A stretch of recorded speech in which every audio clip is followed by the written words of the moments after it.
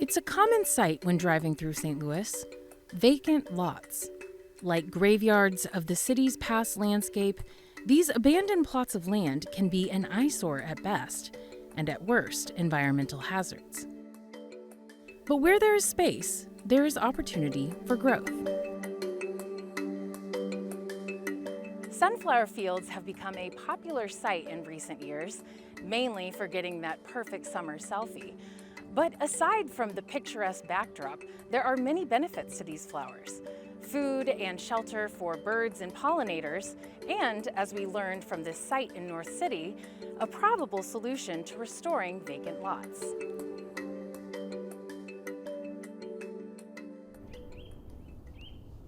The Sunflower Plus project, what we do is grow sunflowers as a way to beautify a vacant neighborhood.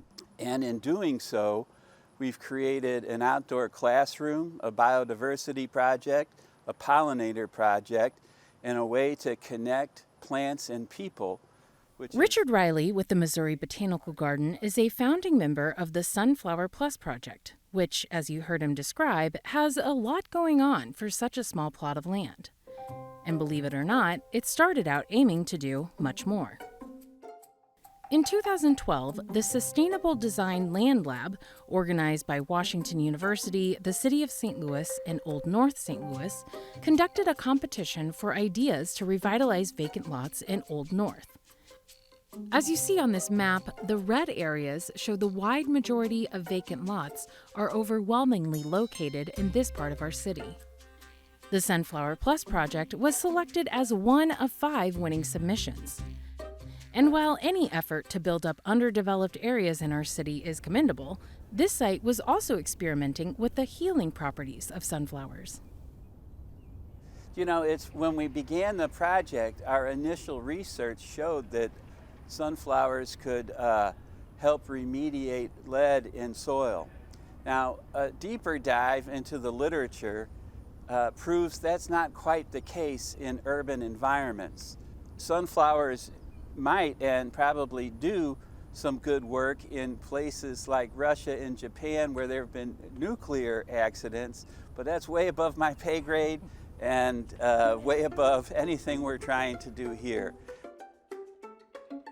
Now, if it's above Richard's expertise, it's definitely above mine.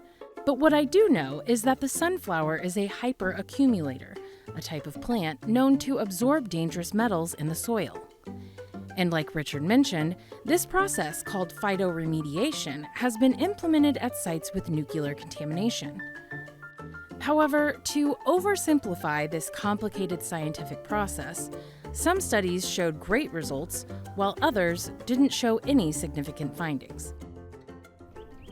Despite the project not remediating the soil like they thought it might, it continues to provide great opportunities for those who care for the site, like the Missouri Botanical Garden Outdoor Youth Corps. The program itself is a workforce development program for youth ages 16 to 24, providing them an opportunity to learn about environmental jobs and also just to be stewards of the community. We get to work on a lot of different sites within the St. Louis area, but Sunflower Plus has definitely been a site that seems to be a favorite with the OYC crew. I think the Sunflower Plus project is an excellent example of what can be done with an empty space. I think for me it really is a great example of how vacant lots don't necessarily mean that a community is empty. One thing that's very unfortunate is that most people will hear about Old North or anything St. Louis and North in it and assume, you know, that it's just bad news one day after another. There are tons of wonderful resources that are in this place, brought to us by people who live in this place and maintain, and that is often a story that's not told about Old North and the North Side in general. It's nice to walk outside and look at these sunflowers and see that there's still communities that care about what we have surrounding us. You know, kids going outside, playing around, interacting with the environment. They don't have to just like pull weeds like I do, but you know, just having fun in it, it makes the world seem more alive. Through the winter months, they focus on keeping the field clean and colorful. St. Louis Public School students, along with various volunteers, have painted artwork on recycled materials. And, of course, we have to address the scarecrow, which was made by a local artist, Jamaica Ray. He's had a colorful history, this scarecrow. He once took a Roman candle to the back of the head and burst into flames. But the folks who did that were so upset that accident happened. They got a fire extinguisher and put him out. And we had Jamaica Ray rebuild him once more.